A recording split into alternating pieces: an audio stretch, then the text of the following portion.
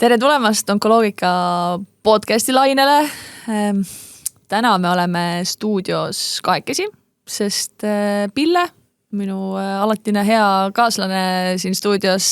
ootamatult läks keemiaravi saama.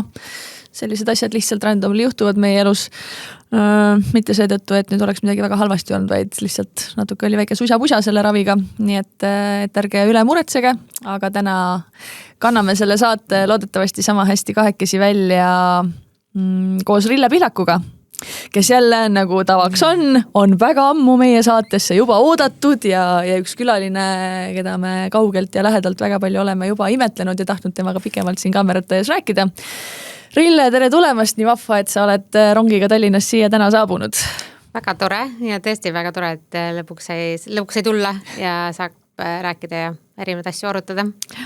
Ja lisaks sellele, et su nimi on Rille ja mul on väga hea meel, et mul ei ole täna saadet, kus on Rille ja Pille, sest ma oleks selle täielikult pea peale pööranud ilmselt. Siis oled sa Eesti vähitõrje võrgustiku Estcan kliiniline juht, Ida-Tallinna Keskhaigla onkoloog ja ka Onkoloogika MTÜ nõuandva kogu värske liige. Milline au? Nii on. Aga kuidas üldse juhtus, et sinust onkoloog sai? Ma arvan, et see ei olnud nagu mingisugune algselt võib-olla selline kindel otsus. Ma mäletan, et meil on 6 aastat aega seda arstiteaduskonnas õppida ja erinevaid asju teha, siis mul kindlasti oli peas mingisugune nimekiri ja järjest ma pigem lihtsalt tõmbasin seda asju maha, keda minust kindlasti ei saa. Seal olid mõned väga kindlad ja väga võib-olla vähem kindlavad. Ja siis seal oligi see kuidagi onkoloogia jäi külge ja sealt tuligi hästi palju, hästi palju nagu põnevust ja siis me mingi hetk tegime ka sellise väikse mingi onkoringi arstitudengitele ja siis sealt kuidagi jäigi, et see tundus kõige põnevam asi ja seal nii palju asju juhtus ja saab hästi palju asju paremaks ja siis lõpuks ta jäigi nagu põhimõtteliselt ainukese variandina sinna, et 6. aasta lõpuks, et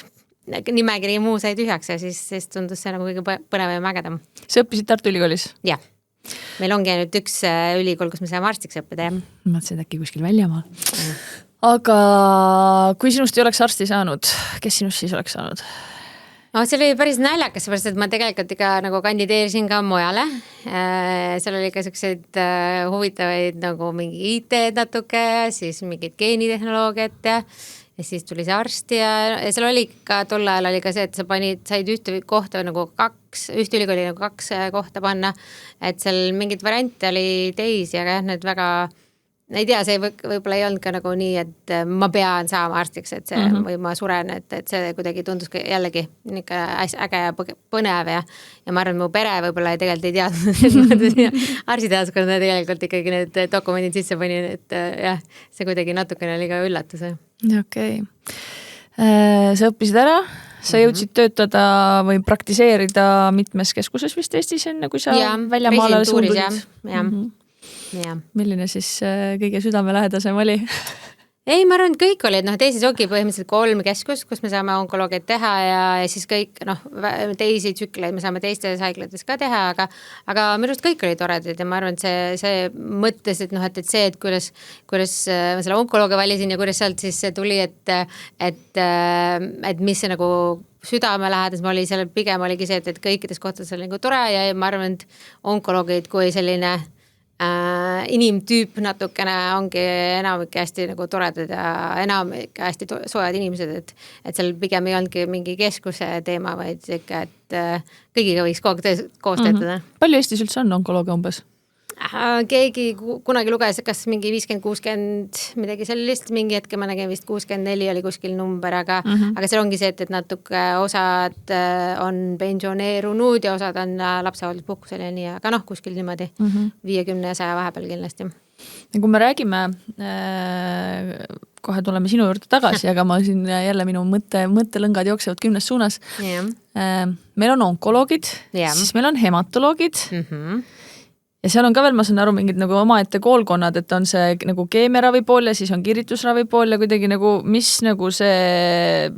arstide värk seal on. Tihti jäetakse ka segamini, sest meil on veel ka onkokirurgid. Yeah. Et nagu onkoloogid, jah, meie mõistes on nagu keemia ja kirjutusravi ja noh, seda on ka nagu erinevates riikides erinevad, kas nad on nagu eraldi erialad, et need, kes teevad siis nagu keemiaravi, kes teevad kirjutusravi, Eestis on nad nagu koos, siis on veel hematoloogia, kes tegelevad siis nii-öelda verevähkidega, seal on ka vahepeal natuke niisugust kattuvust, et kes mida nagu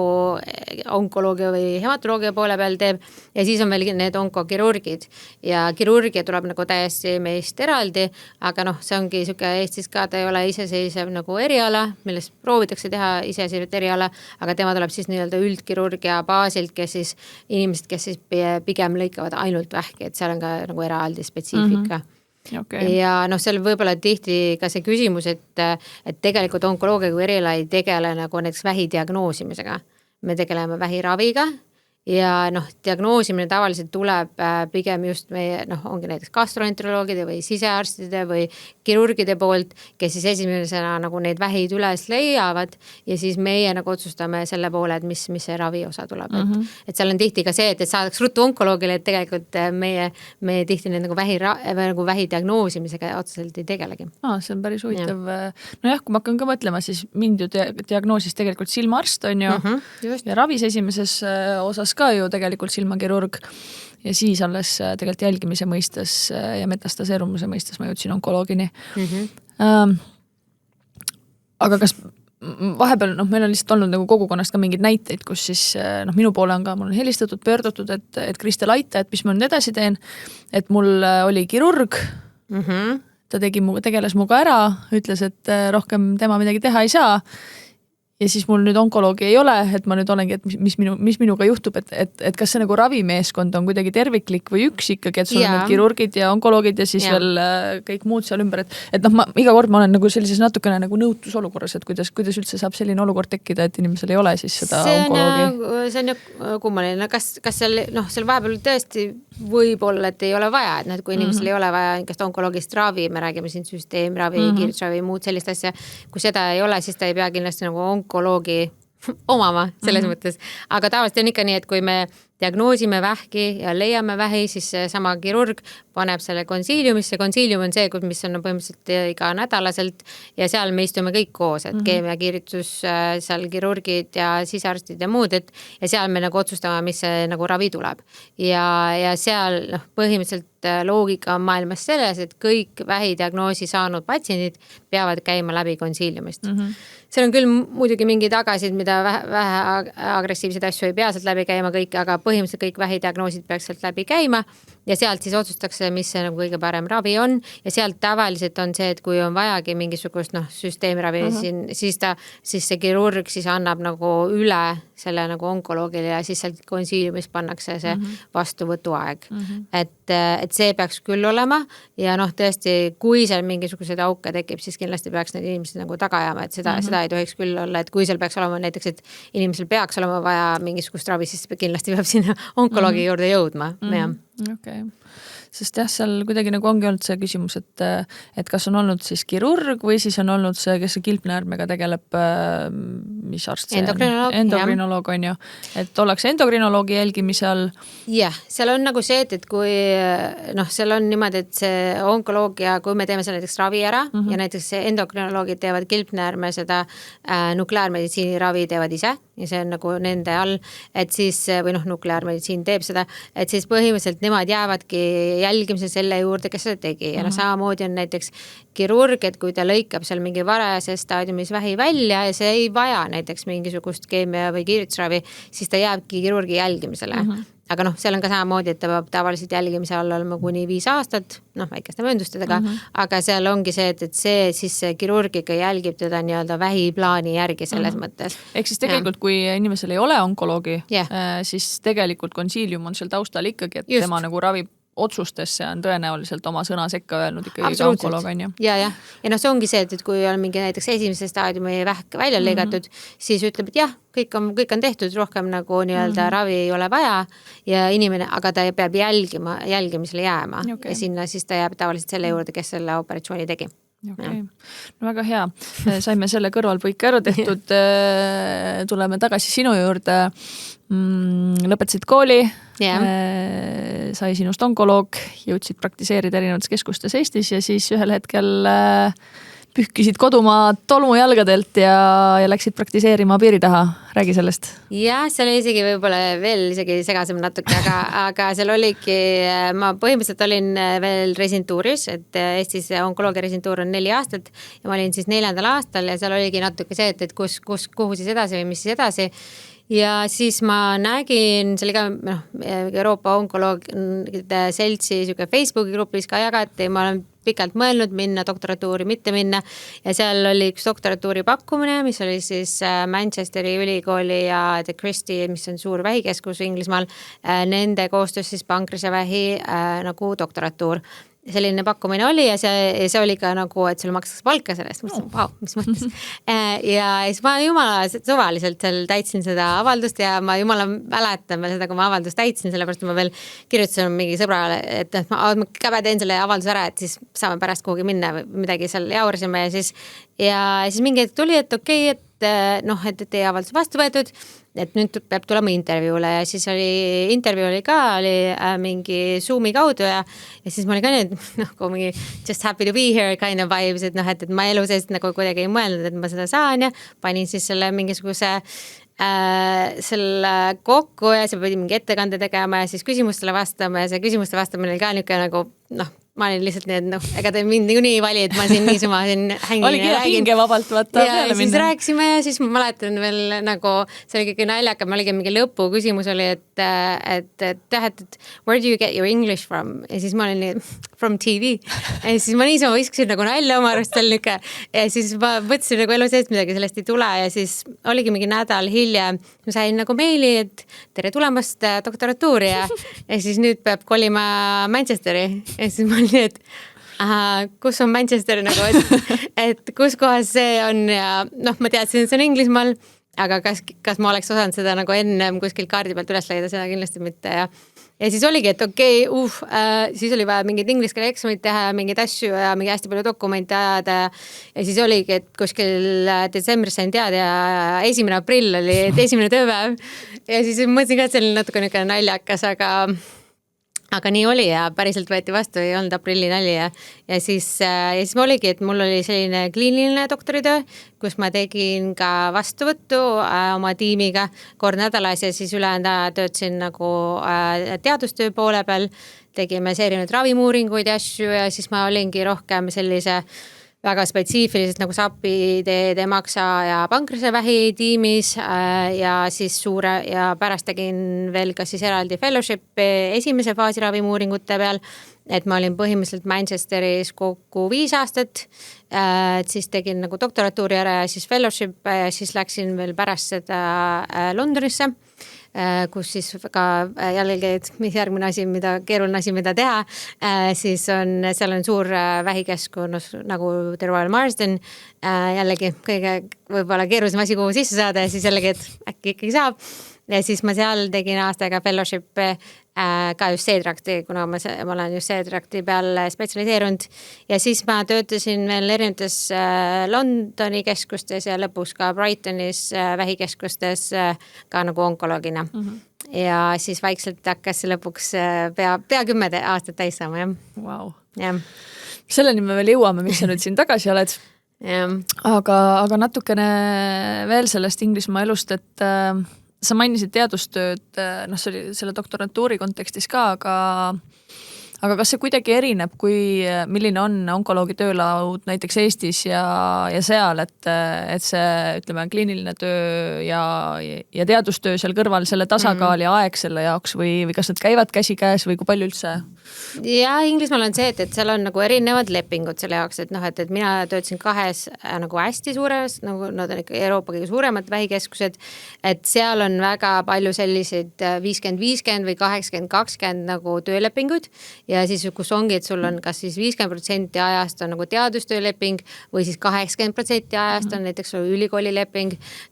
ja siis sul on see 20%, kus sa teed nagu kliinilist tööd, mis tähendab, et sa 1 kord nädalas nagu teed kliinilist tööd või siis noh, ja seal on ka tegelikult ka kliinitsiste, kellel on siis nagu vastupidi, et sul on see suurem osa on nagu kliiniline töö, et nad on nagu ehitanud üles sellised keskused, kus igal ühel on natukene teistkune leping, aga et nad katavad selle kliinilise töövajaduse ja ka siis selle nagu ravimuuringut, et seal see on nagu ravimuuringut ja eriti kui me räägime esimese faasi ravimuuringut või eksperimentaalsete vähiravid, siis seal on nagu enamik inimestele ikkagi nagu peamine teadustöö ja natuke kliinisiste niisugused lepingud. Et seal on väga palju see nagu selle niipidi lahendatud. Samas, kui ma ütlen nagu teistes väiksemates, UK mõttes väiksemates, 4 miljonit ala keskustes, et siis seal on pigem ikkagi see, et on ikkagi raske saada nagu ülikooli lepingut, et siis sa oled põhimõtteliselt see 80% nagu 90% kliinitsist ja siis võib-olla 10-20% nagu teadustöö. Et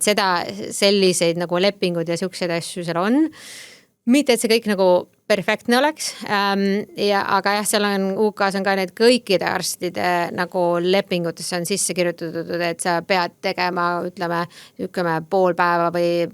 päev nädalast nii-öelda teadus- või arendustegevus ja sinna on igast auditid ja õpetamine kõik see sees ja see on nii-öelda see kvaliteedi indikaatorite hindamise juures ka kõige nagu üks väga tähtis osa, et sulle antakse nagu eraldi seisev aeg selleks. Jällegi, Eestis seda ei ole.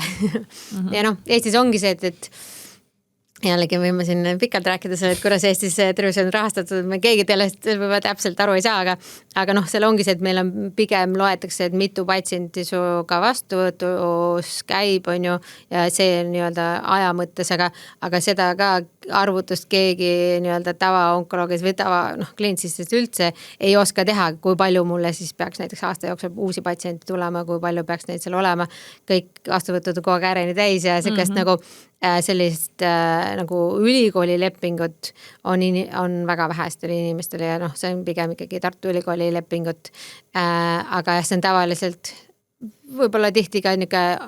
juurde, mitte nagu vähemaks. Et täiskohaga ikka kliinitsist ja siis veel juurde. Aga kas onkoloogid Eestis unistavad sellest, et saaks teadustööd teha rohkem ka või noh? Kindlasti ja noh, ma arvan see, et noh, seal ongi see, et nagu see on see muna või kana, et noh, et kumb on nagu ennem vaja, et kas meil oleks nagu teadusrahastust juurde vaja, et teadust rohkem teha versus see, et meil oleks neid inimesi vaja, et nad seda teadust teeksid, siis raha juurde saada, et noh, et mis pidi see käib, aga et kindlasti meil teadusrahastust kui sellist on ka vähe ja noh, ongi see, et kui inimene peab nagu oma töökoormust vähemaks võtma, et teadust teha, siis ta tahab natukene seda nagu kindlust, et mul on mingisugune sissetulek sealt tulemas. Kindlasti tehakse ja noh, pigem tehakse tihti seda nagu seda doktoratuuri nagu balansiga, et doktoratuuri rahade nagu alalt, aga kindlasti tahaks seda teha ja noh, eriti nagu kliinilise nagu ravimuuringud, mis tänapäeval on tavapärane nii-öelda vähiravi, on ju, et see ei ole selline eksperimentaalne asi, mida tahaks omal vabal ajal teha, aga tahaks oma patsientile paremaid ravimeid, siis need ravimuuringud peakski nagu kõvasti rohkem tegema ja tahaks rohkem teha. Kui palju praegu Eestis üldse on mingisuguseid käimas olevaid vähiraviga seotud uuringuid või eksperimentaal mingeid asju, millest saaks osa saada keegi? Neid on vähe. Ja me üks hetk üritasime seda vaadata, sellepärast ravimiamet võime öelda, et äkki nad teevad selle süsteemi natuke lihtsamaks, kus seda vaadata saab, aga hetkel käimasolevad, mis siis recruiting, ehk siis kuhu saab nagu patsiente nagu päriselt panna, siis seal me vaatasime võib-olla 8-9 ravimuuringut terve Eesti peale. Seal on muidugi, mis on juba kinni ravimimuuring, mille käib nii-öelda patsientide jälgimine või hindamine, et neid on rohkem, seal me rääksime, seal on mingid numbrid 20 ringis, aga jah, see on kõvasti vähem, kui võiks teha. Okay. Aga kui me tuleme korra veel selle Londoni ja Inglismaa juurde tagasi, lisaks sellele, et sa said käia kõvasti muusikale vaatamas ja Harry Potteri maal, ma tean, sa oled ka nagu minagi suur Harry Potteri sõber, siis kui sa mõtled selle Londoni süsteemi peale, et alati nagu me armastame mõelda, et rohi on kuskil mujal rohelisem ja vaat, kus mujal tehakse ja meil on juba kehvasti, et tõenäoliselt see nii mustvalge ei ole, et on nii plusse kui miinused nii siinsel kui sealsel süsteemil. Et mis on võib-olla, ma ei tea, sellised 2-3 asja või kas või üks asi, vali ise, mida sa tahaksid kuidagi, kas siis, ma ei tea, mõtteviisi, süsteemi, võimaluste vaates tuua sealt siia? Sealt siia. Ma arvan, et seal on hästi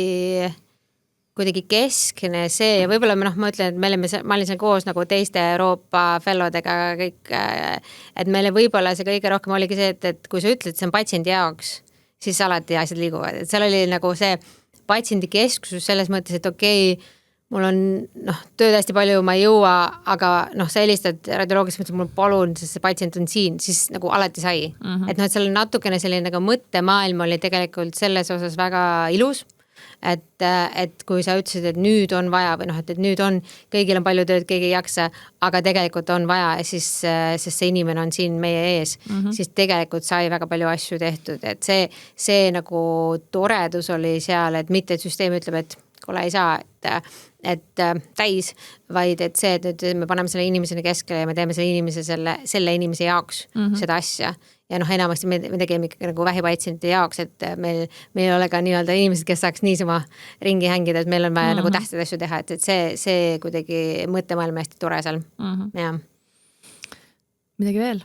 See kõikidele kuulajatele kindlasti väga meeldib. See on nagu pluss ja miinuseid, et seal on nagu, ma arvan, et Eestisse tagasi tulles, ma arvan, et oli tihti nagu, inimesed arvasid, et seal kõik oli nagu hästi hea ja suurepärane ja miks sa ära tuleksid, aga ma arvan, et seal tegelikult oli ka päris palju päris raskeid asju, sest seal on samamoodi see NHS, ehk siis National Health System on ju, siis sellel ei ole praegu väga head ajad ja tegelikult see on väga palju nii-öelda tervishoiutöötajate õlgadel seda süsteemi edasi vedada, mis on ikkagi suht kokku kukkumas, et kui meie ütleme, meil on kriis, siis tegelikult see tervishoiukriis on seal võib-olla isegi suurem ja seal tegelikult oligi väga palju niisuguseid neid ravijärjekordi, et kui minule tuli uus patsient ukse taha, siis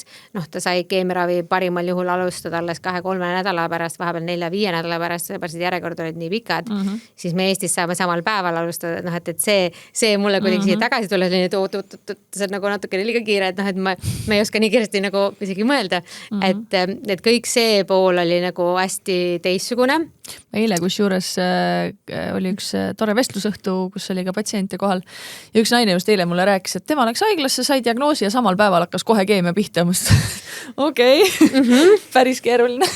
Just. Et sa saad diagnoosi ja kohe hakkab veel ka nagu nii tugev ravi pihta, et teinekord sa isegi võib ära ehmatada, aga tegelikult jälle abi kättesaadavuse mõistes. Ja see on see head ja vead, et selles mõttes, et see on nagu see inimesel, et sellest üldse diagnoosist, ravist, kõrvaltoimetest üldse nagu aru saada, tal on kindlasti nagu mingit aega vaja, aga ja selles mõttes natukene oli see, et kui sul on mingi nädal või nii umbes, et seda kõike seedida ja aru saada ja oma küsimused uuesti nagu peas läbi mõelda, et siis selles mõttes on see nädal hea, aga kui see on ikkagi 3-4 nädalat ja sa tead, mis see plaan on, aga seda ma ei saa lihtsalt alustada sellepärast, et järjekord on nii pikk, et siis sealt ja sealt tuli ka väga palju ka kaebusi selles osas muidugi ka. Et selles mõttes kindlasti ja samamoodi need kõikides kõige suuremates, kõige fancymates keskustes oli samamoodi, et tegelikult see nagu võimekus ja see nagu patsientide hulk oli ikkagi väga suur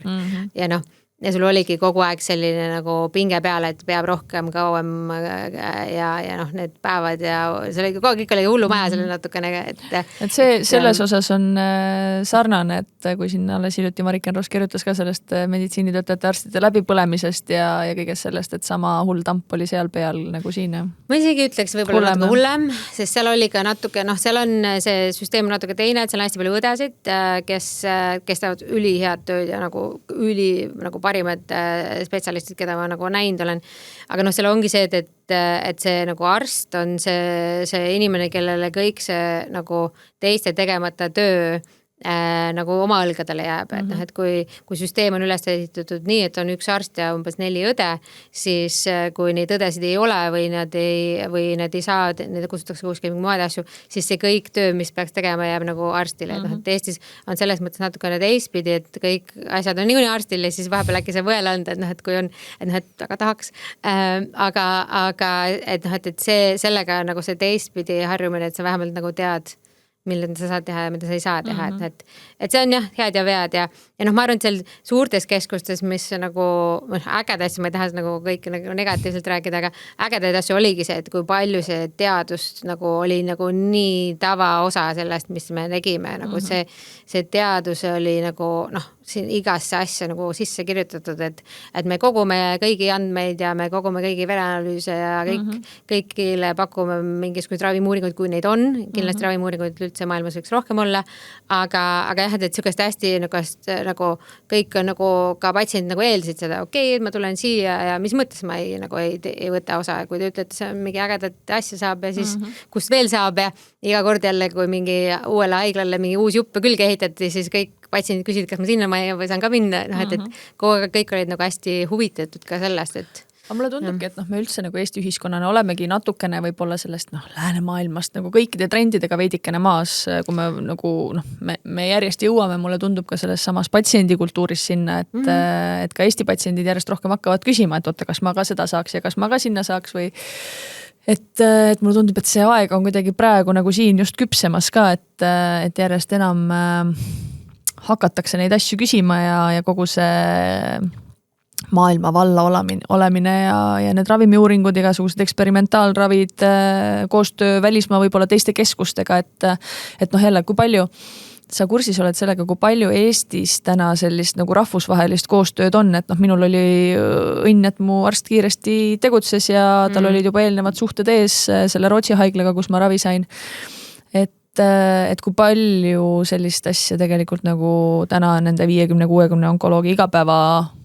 ja see ongi see sama, et kui sa küsid see küsimus on nagu niimoodi, et see onkoloogid ise on, ma arvan, enamik mees on mingis Euroopa organisatsioonides, meil on väga palju häid kolleege lähi- ja kaugemates maailmates ja tihti me nagu hästi palju räägime omavahel ja meie suured konverentsid kõik, me näeme nagu kolleege hästi palju ja meil on igasugused WhatsApp-grupid ja muud, et kus saab nagu infot küsida ja nõu küsida, aga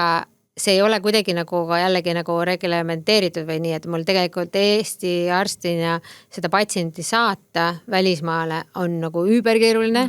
ja sa tead ise seda, et see, et kas keegi selle eest maksab või kuidas see käib või et meil nagu oleks mingi piiriülesus reaalselt tegelikult ka olemas, see on nagu hästi keeruline ja see ongi see, et tahaks ägedaid asju teha aga see ongi selle üksiku nagu arsti õlgadele, et äkki kui sa oled midagi kuulnud või kui sa tead, et see ei ole nagu süsteem, mis oleks lihtne. Ja arvestades jälle ka seda, et kui suur on jälle koormus, läbipõlemine, kõik see, mida täna üks arst, onkoloog peaks suutma patsiendi heaks selle sama 15 minuti jooksul teha, on ju, et ma ei tea näiteks, kui palju ka on mingisugust järelteenindusaega just, kui ma jälle mõtlen, et kui sul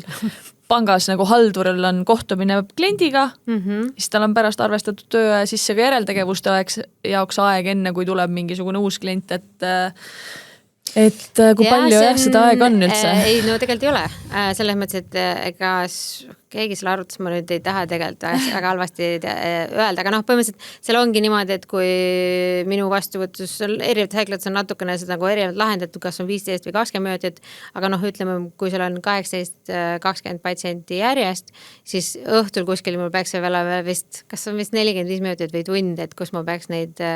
nagu kirjatööd seal veel tegema, aga see ongi see, et kui me räägime eriti kui me räägime uutest patsientidest, eriti kui räägime minu patsientidele on ka tihti see, et mul on pigem sellised vähid, millel ei ole nagu väga häid tulemusi, mis tähendab seda, et me peame tihti rääkima sellest, et see kompuutri vastus ei olnud väga hea ja me peaks ravi vahetama ja uus ravi on selline ja sellel on sellised kõrvaltoimed, et kui me vaatame seda listi, mis ma tahaks selle inimesega nagu läbi rääkida, siis see on tegelikult väga pikk ja elu sees ei tee seda nagu 15-20 minutiga ära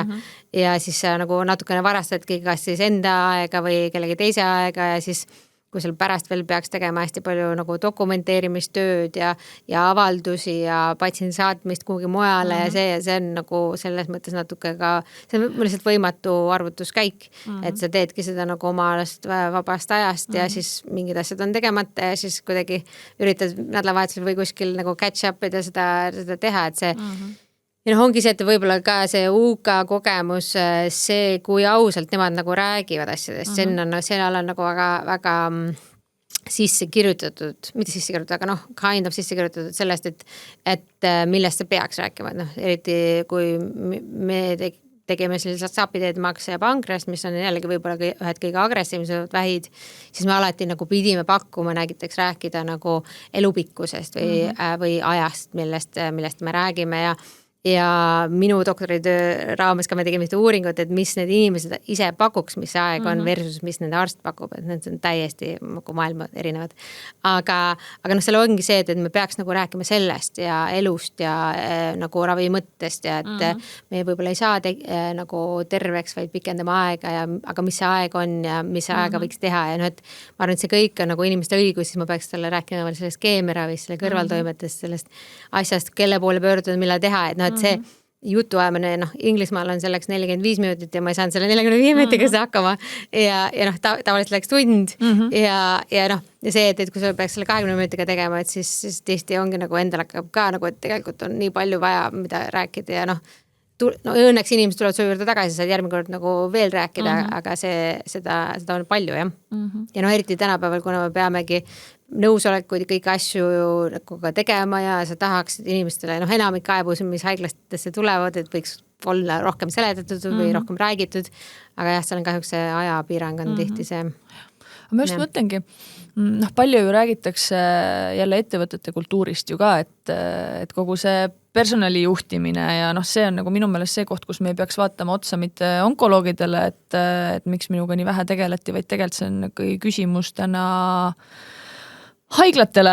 ja ka süsteemile laiemalt, et kas me väärtustame neid inimesi, kes tegelikult täna meie patsientidega tegelevad, on ju, või tegelikult meil ongi see sama läbipõletamise kultuur, et noh, mis võib-olla näiteks, ma ei tea, startup maailmas paljuski täna juba vaikselt nagu pöördub, et ei ole kõige lahedam see vend, kes nagu pausideta järjest töötab ja isiklikku aega üldse ei oma, on ju, ja lihtsalt paneb nagu täiesti verininast väljas, vaid see nagu töö ja eraelu ja kõige tasakaal, noh, ilusad märksõnad, et kuidas tegelikult ka haiglasüsteemis sees või tervishoiusüsteemis sees siis midagi tehakse selleks, et esimese hooga see personal oleks hoitud, sest noh, patsiendina sa ju saad aru, kui inimene on täiesti viimase piiri peal. Et see jõuab lõpuks patsiendi kogemusse nii tugevalt välja, et aga selles ei ole nagu tihtipeale see vaene arst süüdi, vaid ta lihtsalt ongi nagu sellises kohas oma töökorralduses, et ta ei saagi midagi enamat teha. Ja no seal ongi nagu mitu osa, et üks osa on see, et kui palju mulle seda aega on antud, on ju, mida, noh, ma ütlen jällegi, siin Tervisekassa ja Sotsiaalministeerium, et noh, et jällegi, et see isegi, et kui ma näen, et mul on vaja selle patsiendiga nagu pikemalt rääkida sellest, et me ei tee näiteks rohkem ravi ja et elu lõpp on lähedal ja siis mul ei ole isegi praegu võimalik talle nagu 2 aega järjest panna, noh, et ma tean, et seal mul lähevad topelt aeg, aga mul ei ole seda võimalust ja noh, isegi see ja me kõik saame aru, et noh, kõik saame aru inimesena tänavalt, et seda oleks seda aega vaja, on ju. Ja noh, samamoodi, et seda pole kuskil võimalik ja praegu see süsteem ongi ka väga palju pole vahet, kas sul on esimene aeg või korduv aeg, on ju, ja see, noh, see kõik on nagu, ei ole üldse loodud selle ka onkoloogia eripära peale, et ei taha teiste nagu erialadele kohta halvasti öelda, aga noh, meil need jutuajamised ongi nagu selles osas väga palju pikemad, et sest seal ongi tänapäeval vaja väga palju rohkem rääkida ja noh, see on see sama, et noh, et kui me tahame, et need onkoloogid ka elus püsiksid, siis noh, kui mul on 20 inimest järjekorras, võib-olla mõnel on 30 kolleegidel on 40 tükki järjekorras ja sa peadki iga kord vahetama jällegi, et jah, teil oli nagu halb vastus ja siis võtma jälle nagu võtma järgmise patsiendi ja ütlema, et teil on ka halb vastus ja või noh, et see on ka inimesele endale raske ja seda nagu, et kuidas seda nagu seal ka ellu jääda ja seda nagu balansseerida, see on ka ikka päris keeruline oskus. Ma lihtsalt mõtlen praegu nagu valgekraede ja nagu kontoriinimeste peale selles vaates, et noh, juba see, kui sul on, ma ei tea, kord või paar nädalas, on sellised päevad, kus sul on järjest suht ilma pausideta koosolekud,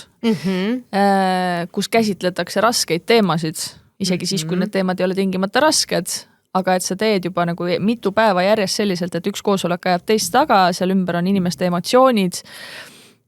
kui läbi juba see tegelikult võtab ja siis sa mõtled, et see tegelikult on arsti igapäev, on ju, et need samad, noh, need on ju ka just kui, ma ei tea, kui palju seal pause on üldse nagu patsientide vahel ju ei ole, et noh, see on nii rets ja minu meelest nagu see, ma olen seda nagu nii palju kuidagi lugenud ka, et justkui on mingisugused ametid, mis on kutsumus ja siis sa ohverdadki ennast selle nimel, et nagu teistele head teha, aga tegelikult see ei peaks ju nii olema, sest et sellest lõpuks kannatab ka kvaliteet, et ka õpetajatel on ju see, et sul on terve päev on nagu kool ja siis sa hakkad veel töid parandama ja siis sa valmistad järgmise tunde ette, et millal sa kulla inimene siis nagu tegelikult leiad aega selleks, et nagu ennast ka kokku korjata, et see on miski, ma ei tea, kust otsast jälle ma tahaks minna sinna ja nagu midagi teha, et kuidas me jõuaksime sinna, et ka see personalipoliitika ja üleüldine süsteem tervishoius oleks selline, et meie arstid tunneks ka ennast turvaliselt ja ei oleks seal kogu aeg ausõna peal oma enesetundega, on ju. Aga okei, jah. Ja seal ongi see, see on siuke lõputu, et seal ongi mingi osa, ma arvan, on süsteemipõhine ja ongi see, et see meie tervishoiusüsteem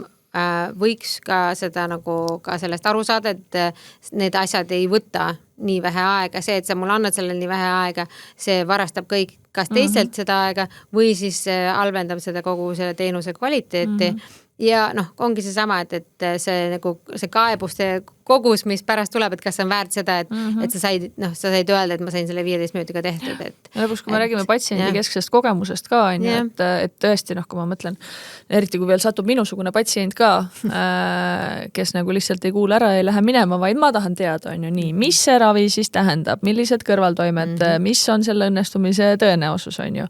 Miks nüüd see süsteem on selline, et ma pean, ma ei tea, sinna minema seda uuringut tegema, mitte ma ei võta oma, ma ei tea, mingit saatekirja kaenlasse ja ei lähe lihtsalt kohal, et kui mingi asi tundub ebaloogiline, et sul on need küsimused, pluss siis veel see emotsionaalne tasand seal juures, et sa tahad nagu jagada,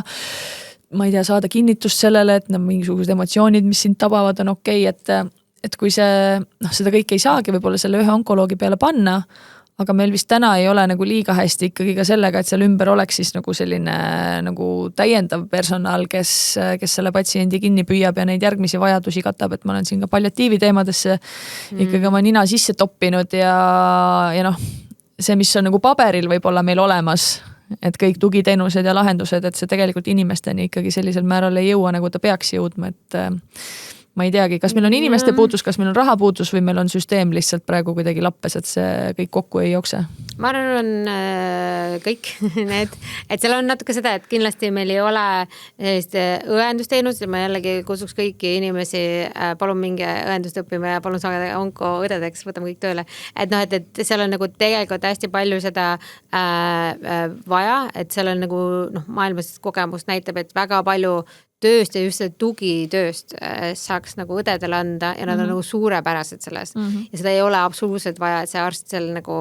seda kõike teeks ja seal on nagu nad nii hästi nagu saaks koolitada, aga ongi see, et kes koordineerib seda, kes pakub neid tugiteenust, kes räägib sellest ja mitmes haiglas praegu meil on oma palliatiivraviõed või oma tugiõed olemas, aga neid on ka liiga vähe, et tahaks kõvasti rohkem ja tahaks, et igal inimesel oleks põhimõtteliselt oma nagu võtmeisik, kellele helistada, kui on raske, kui ei tea, mis teha, kui on kõrvaltoimed, et kõik seal saaks nagu hästi palju ära teha ja ongi see, et kui me seda ei tee, siis ta lihtsalt see kuhjub ja see paneb selle kuhja kuhugi järgmise teenuse peale, et see, et me inimesed peavad emosse minema, nad tegelikult võib-olla ei peaks minema, kui nad saaks nagu mingit head tuge siin koha peal ja saaks asjad nagu koordineeritud paremini, et jah. Jah, sest väga palju küsimusi jätkuvalt ikkagi tekib ka vastuvõttu väliselt, kuhu ma siis pöördun on ju ja kust ma siis selle toe ja info saan, et sellega on jah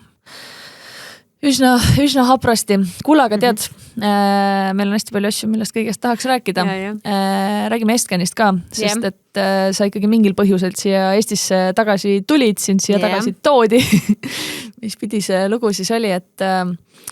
Eesti vähitõrje võrgustik Estgen vast loodud tegelikult ikkagi pikem, nagu suuremas mastaabis eelmisel aastal, üle-eelmisel aastal. Meie kõige esimene koosolek üldse mingisuguse välise partneriga, Pillega ja Tarmoga oligi Estgeniga, et saada aru, mis siin toimub. Nii et sellest päevast peale on Estgen olnud meie tore partner ja kaasamõtleja ja tegelikult üsna sama uus tulija kui onkoloogikagi üldse sellel vähimaastikul. Mis see Eesti vähitõrje võrgustik Estgen siis on ja kuidas sina sellega seotud oled ja mida me peaksime kõik sellest teadma? Jah, nagu sa ütlesid, et põhimõtteliselt idee on selles, et see on võrgustik, et seal on siis 10 osapoolt, need 4 haiglat, kes tegelevad siis vähiraviga, siis seal on Sotsiaalministeerium, Tervisekassa, Tervise Arengu Instituut, Vähiliit ja Tartu Ülikool ja TalTech ja siis ongi nagu 10 nii-öelda asutajaliiget, kes siis moodustavad võrgustika. Idee ongi põhimõtteliselt selles, et me ei teeks igaüks nagu üksinda asju, vaid me teeks kõik koos ja meil ongi väga palju üle-eestilisi ja Eesti jaoks mingeid asju vaja teha, et kõike seda kokku tuua, siis seal nagu põhimõtteliselt on 3 niisugust sammast või põhiteemat, millega me tegeleme, on siis teadus, innovatsioon, haridus ja siis ka kliiniline koostöö, et seal kõiges on natukene vaja kokku tuua ja asju nagu paremini teha ja ka tihti, nagu me siin oleme ka üle-eestiliselt rääkinud, tegelikult meil on igasugused vähitõrje tegevuskavad ja muud riiklikud dokumendid olemas, et kus me peaks asju tegema, aga puudus see, et kes seda aitaks siis teha või kuidas me teeme üle haiglate neid asju või ka üleriigiliselt, et siis sellepärast ka Estcan loodi ja mis on minust hästi tore, et oligi see, et me ei tee nagu üksinda ühe haiglane, vaid me teemegi nagu üle-eestiline, meil on väga palju asju vaja nagu korda saata ja siis see, kuidas mina sinna sattusin, see oligi ka, jällegi kõik mu asjad kuidagi lähevad kuidagi naljakalt, et keegi kuskil räägib, et see jah, seal oli võib-olla selle 9-10 aasta lähenemisega nagu UK-s oligi see küsimus, et mis must saab, pakuti erinevaid töökohti ja nagu kõik tundusid niimoodi, et ei tea, kas nagu ikka tahab, et hullult äge, aga samas võib-olla poleks kogu aeg läbi ja samas UK süsteemis on võib-olla see, et tundsin hästi palju seda, et tahaks hästi palju asju teha, nagu ära teha, arendada, aga see süsteem on hästi rigiidne ja seal nagu väga palju asju ka ei muutu, et seal on nagu hierarhia on ülipikk, järjekord on hästi pikk, kuri asju ja väga lihtsaid asju ära üritada tehes oli hästi pikad ja hästi rasked teekonnad, et siis natukene see juba hästi palju frustreeris, et tegelikult ei saa midagi ära teha ja siis need head sõbrad Eestis erinevate nurkade alt hakkasid rääkima Estcanist ja üldse räägiti, et tule tagasi teeme asju ja teeks mingeid ägedaid asju ja siis kuidagi jällegi nagu vahepeal mõtlesin, et kas tulla või mitte tulla või mis sellest saab, aga siis kuidagi tuli jah, et nad ikkagi teevad sellise koha nagu Estcani siis kliiniline juht ja et neil oleks vaja inimest, kes oleks teinud, kes oleks äkki kuskil majal käinud ja teinud ja asju näinud ja siis kuidagi ära lobistati mind siia, et võiks teha ja siis nad kõik erinevad osapooled rääkisid, jah. No igal juhul lood sinust jõudsid Eestisse juba enne sind. Et mina ikkagi päris nagu mitmest kandist kuulsin, et mingi müstiline rille kuskilt varsti saabub valge lobusel. et no pressure selles mõttes. All the pressure. Aga siiamaani mulle paistab küll, et oled oma kuulsuse kõrgusel. Et näis, kuidas meil siis siin need asjad liikuma hakkavad, aga Estcani juurde võib-olla siis tagasi tulles minu meelest see on nagu, kui ma kuulsin ka jumala juhuslikult kuskil sellest, et see esimene mingi kohtumine Estcanil toimus 2024 äkki. Seal isegi meie nagu Pille ja Valeria juhatuse liikmed esimest korda kohtusid, nad olid vist enam-vähem ainukesed patsiendid, kes olid mingisugusel sündmusel, mis oli patsientidele suunatud, et see näitas jälle natukene patsiendikultuuri võib-olla Eesti mõistes. See selleks ei puutu üldse asjasse praegu. Et siis kuidagi see Estcan nagu järjest tuli orbiiti ja hästi huvitav on olnud kuidagi ka nagu nüüd jälgida selle organisatsiooni ka kujunemist, sest meil ei ole ju sellist keskset organisatsiooni siiamaani ju Eestis tegelikult olnud. Ja minu jaoks väga sümpaatne on see, et just ka need asutajad ise ongi need kõige olulisemad mängijad sellel väljakul.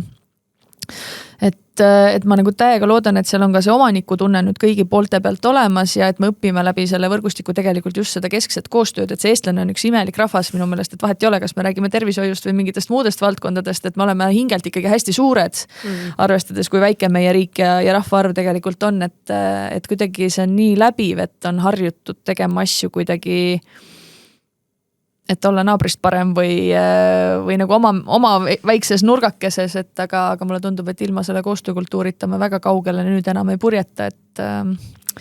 ja võib-olla seda oli nagu vaja mingil hetkel, et jah, et meil oli kindlasti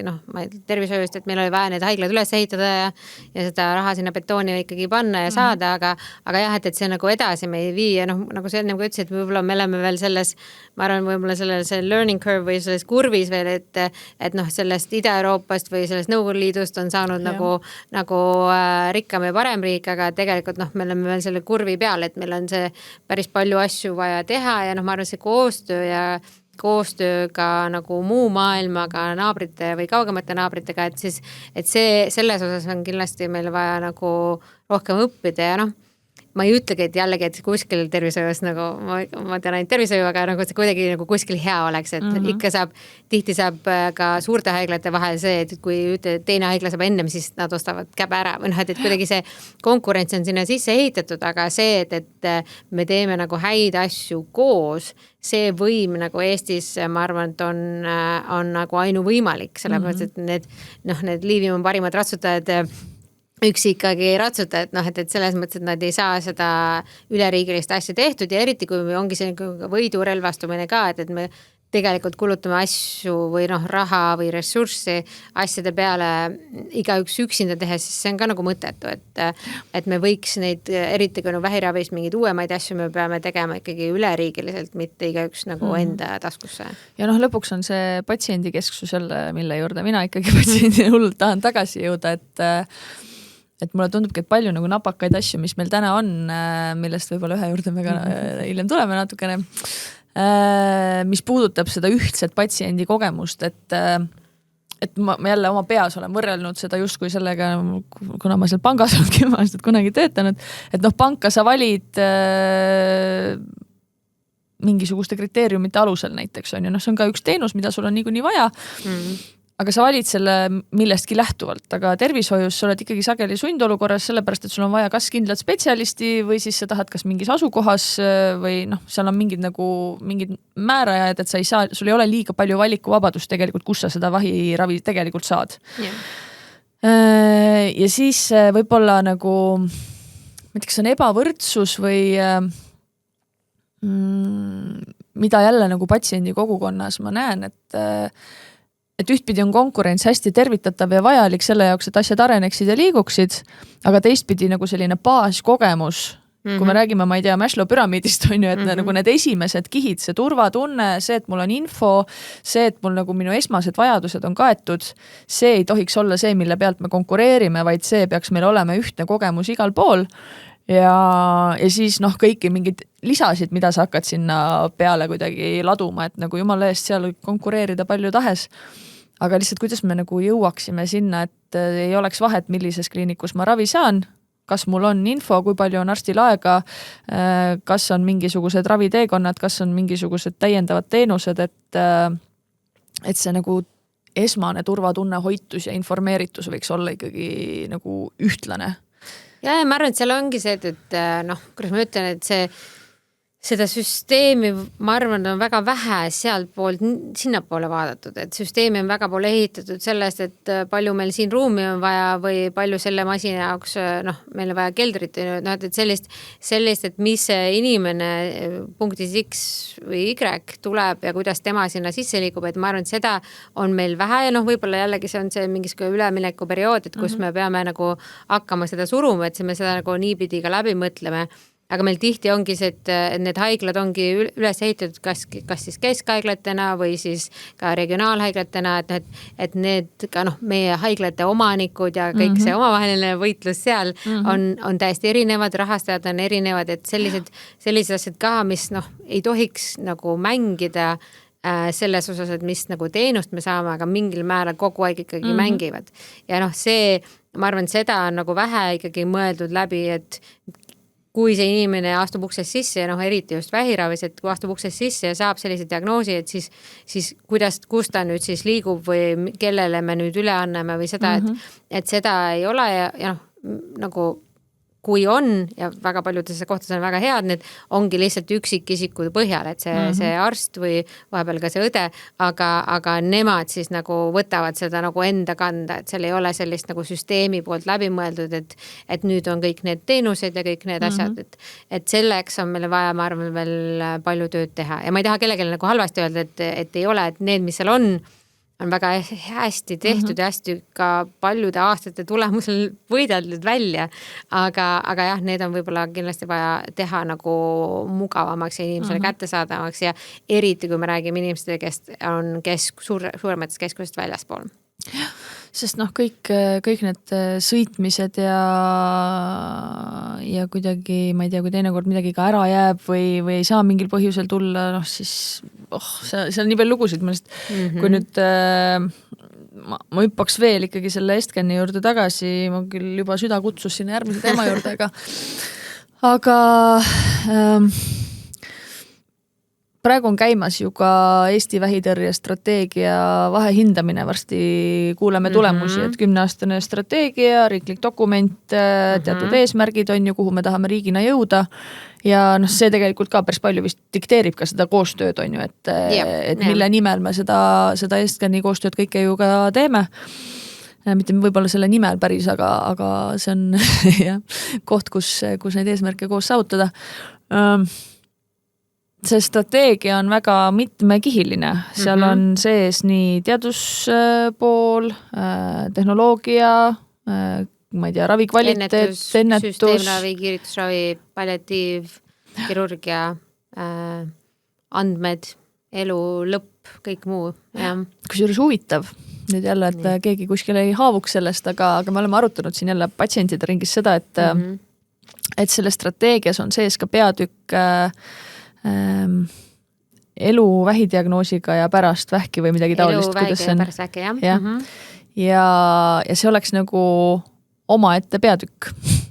millest on eraldatud ka veel palliatiivravi ja siis kõik need igasugused muud tükid, et aga tunnetuslikult jälle tegelikult on ju patsient selle kõige keskmes, ehk siis kõik need peatükid tegelikult räägivad ka elust vähiga ja pärast vähki, et need on kõik selle osised kuidagi. Et aga ometi nagu selle hindamise kontekstis ka ma nüüd jälle lihtsalt jagan seda, mis emotsioonid seal taga natukene olid. Oli see tunne, et me patsientidena hindame seda tükki, mis on elu vähiga ja pärast vähki, aga kõik see, mis seal ümber oli, seal patsienti tegelikult laua taga ei olnud sellisel kujul. Ja ma ütlen ausalt, et kuna ma räägin võib-olla taustana, ongi see, et see on see Eesti vähitõrje tegevuskava ja see on 10-aastane nii-öelda väga ilusti tegelikult kokku kirjutatud tegevuskava, võib Tai kodulehelt lugeda, aga see on siis nii-öelda Euroopa vähimissiooni põhjal, mis on ka sealt tulevad need osalised teemad, aga jah, tõesti on see, et tegelikult kui see algus kokku pandi, seal kindlasti on vähe näiteks teadust, praktiliselt pole üldse ja kindlasti võiks rohkem olla ja kindlasti ka see vähipatsient nägemus on seal nagu väga võib-olla dikteeritud nagu ühte osasse. Samas ma tean, et kõikides teistes laudades kui me seal olime, et kõigil see sama nagu tegelikult need teemad tulevad väga palju sisse, see sama nagu süsteemravis ja muus, et kõik need, kuidas see patsient liigub ja kõik asjad on igal pool sisse põimunud, aga seal praegu võin ka taustana öelda, et seal kokku kirjutamisel on ka, kuidas seda nagu ilusti kokku kirjutada niimoodi, et kõik teemad ju kogu aeg tegelikult põhimõtteliselt kattuvad ka oma vahel. Ka selle juhtimise osas, patsientide osas, kõik see, et seal on mitu sellist hästi suurt kattuvust. Aga jah, seal see patsientide osa on selle ühe peatüki sees võib-olla kõige rohkem. Aga jah, just see tunnetus võib-olla ongi, et see on nagu kuidagi mõtteviisi muutus jälle, et tegelikult sul võiks olla koos spetsialistidega radioloogias patsient laua taga, palliatiivis patsient laua taga, et kõikide peatükkide arutamise juures oleks ka see patsiendi sisend just ka selle peatüki kontekstis on ju, et aga ma nüüd läksin ülidetaili selle mingi mõttega, aga nagu sa hakkasid vaikselt avama 10 aastaks strateegia tehtud, 5 aastat on möödas, nüüd aprilli alguses esitletakse tulemusi ja seatakse siis sihid järgmiseks 5 aastaks. Mis su kõhutunne või juba seni praegune teadmine ütleb, et kuidas meil läheb? Ja ma arvan, et seal on, ma kindlasti nagu ei tohi vastuseid ette ära öelda, tulge kõik 8. aprillil kohal, aga jah, seal kindlasti ma arvan kõik, kes selle dokumendiga algselt selle kokku panid ja väga suur töö on see algse dokumendiga üldse kokku panek, et väga suur nagu et kui keegi kunagi see dokumenti loeb, siis tegelikult hästi ilusti nagu kirjutatud, mis me tegema peame. Ja ongi see, et seal tehti suur töö ära 5 aastat tagasi seda kokku pannes, aga et see, et mis me siis nüüd seal nagu, kuidas me siis nüüd peale hakkame või kuidas me siis nüüd, kes siis seda nagu teeb. Et see pool on nagu väga palju olnud erinevate ka osapoolte küsimus, et et vähiravis, nagu me rääkisime, et me räägime sealt ennetusest, diagnoosimisest kuni ravi ja elulõpuravini ja kõige muuni, et seal ei ole ainult nagu onkoloog, et seal on see kogu suur nii-öelda kogukond inimesi taga, et see, et kuidas, mis pidime nüüd seda nagu juhime neid kõiki, et neid asju ka ära teha. Et seal kindlasti on mingeid asju tehtud ja seal on hästi tehtud niisuguseid võib-olla ka mõned üleriiglised asjad, aga seal on ka väga palju sellist vajagi võib-olla Eesti kontekstis prioritiseerimist, et kui, ja seal me vaatame ka võib-olla selle rahastajate suunda, et kuidas ja kui palju meile ka seda rahastuse antakse, et neid asju nagu korda teha. Et selles mõttes ka nagu Estcani mõttes üldiselt me ajame väga palju kogu selle teemaga seonduvaid asju üleriigiliselt, et seal ongi vaja sellist võib-olla, ma tahaks seda nagu puslet järjest kogu aeg nagu kokku tuua, et okei, sina teed seda, mina teen seda ja siis teeks koos seda, et seda võib-olla juhtimist tahaks rohkem. Aga võib-olla ongi see, et Estcan on ka ju alles tekkinud, on ju, ja esimene aasta ju kõik läks alles selliseks nagu plaanide seadmiseks ja mitte nii palju veel sisuliseks tööks, et järjest seda liha tuleb ju ka luudele, et see esimene 5 aastat võib-olla oligi natukene rohkem see, et on erinevad osapooled ja vastutajad, kes peaks midagi tegema, aga see keskne koordineerimine, et see järjepidevalt samm-sammult ka see tegevuskava nüüd nagu strateegia taustal kuidagi järjest ellu rakenduks, et ma ei tea, ma hästi sinisilmselt ikkagi nagu usun või võib-olla üldse mitte sinisilmselt, aga et see, et on see keskne mingisugune keha olemas, kus on päriselt inimesed, kelle igapäevane põhitöö on seista selle eest, et nüüd arengud ja vajalikud muudatused saaks üheskoos ellu rakendatud, et see on ikkagi üsna nagu vältimatu osa sellest, et mingi muutus saaks üldse sündida, et miks ma nagu väga tahan sellest Estcanist kogu aeg igal pool rääkida, et see nagu hästi palju žetoone minu peas on nagu kuidagi selle Estcani peal ja ma loodan, et see on ka kõikide osapoolte jaoks kuidagi sama oluline ja et see rahastus ei katke, et meil Eestis vahepeal juhtub ju ka niimoodi, et mingi asi luuakse ja siis on selle jaoks mingiks perioodiks raha olemas ja siis kui raha otsa saab, et siis saab see peatükk läbi, et see eluiga ka Estcanil endal oleks ikkagi pikk ja me prioritiseeriksime seda, et sinna ka vahendeid jõuaks. Ja ma ütlen, et me peame kindlasti suurt tänu ütlema Sotsiaalministeeriumile, kes seda algselt Estcani rahastust nagu andis. Seal on, nagu sa ütled, et seal on nagu ajaline limiit küll ja me kõik siin loodame järjest, et see, kuidagi me leiame ka selle rahastuse seda asja nagu jätkusuutlikult pikalt teha. Aga jah, seal ongi see, et me peame nagu praegu tegelikult on ka tore näha, et Sotsiaalministeerium ka selle vahehindamisega nii toredasti kaasa tulid, sest neil on ka samamoodi vaja, et aru saada, et kes, kui palju me teinud oleme ja kui palju me oleme nagu meelega teinud ja palju me oleme nagu kogemata teinud, aga ka see, et me kõik nagu koos lepime kokku, et kuidas me edasi läheme ja see on jällegi see nii-öelda inimeste kokku toomine ja selleks me seda ka nagu usume, et kui me kokku toome ja kokku lepime, et mis häid asju me teeme, et siis me saame ka ja kindlasti, ütleme ausalt, meil on seda rahastust sinna juurde vaja, meil on kindlasti seda inimressursse sinna juurde vaja, et neid asju teha, seal on väga palju väga häid asju kirjas ja kindlasti neile kõikide asjaks on vaja nii rahastust kui inimressursse juurde, aga me peame kõik kokku ka leppima, kuidas me selle nagu edasi läheme,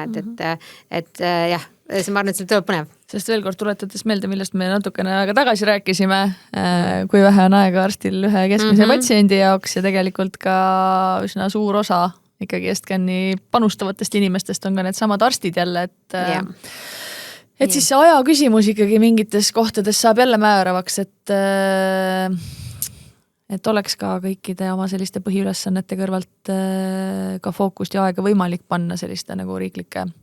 teemade ja strateegiate suunda. Okei. Tegelikult üks oluline asi veel, võib-olla ma jälle ruttan nagu asjadest ette, aga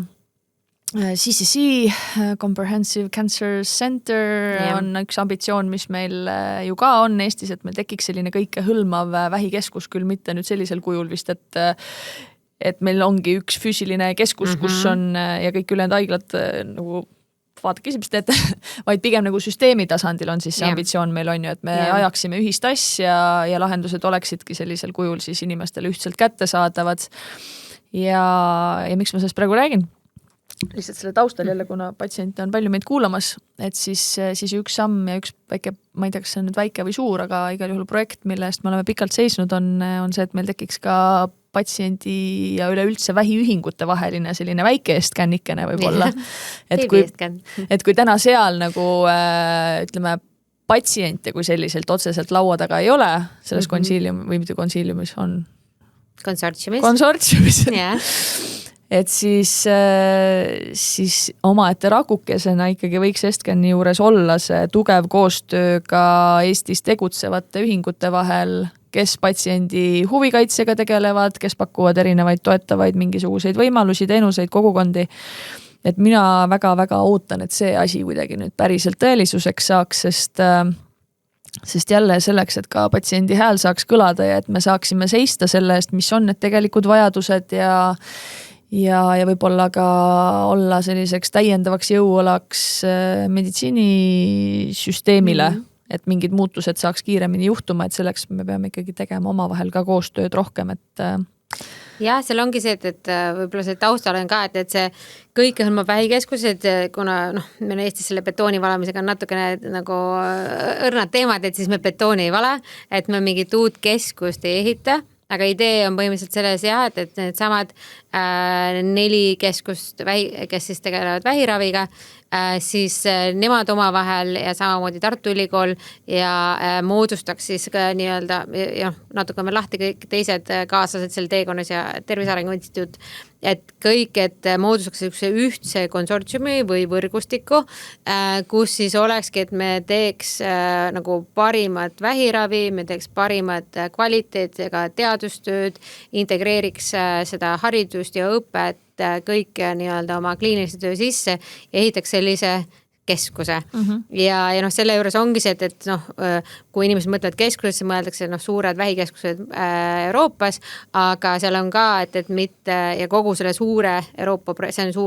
projekti osa on ju, et selle eesmärk on, et igas liikmesriigis Euroopa Liidus oleks oma vähikeskus ja ka oleks ka vähikeskuste vaheline võrgustik. Et seda meil Eestile on ka tegelikult vaja, et kui me tahaksime näiteks samamoodi oma patsient kui välismaale saata või ravimuuringutes, seda oleks vaja saata. Ja kui me juba seda ongi, et hakkasime seda nüüd nii-öelda vähikeskust ehitama, siis nii Eesti nagu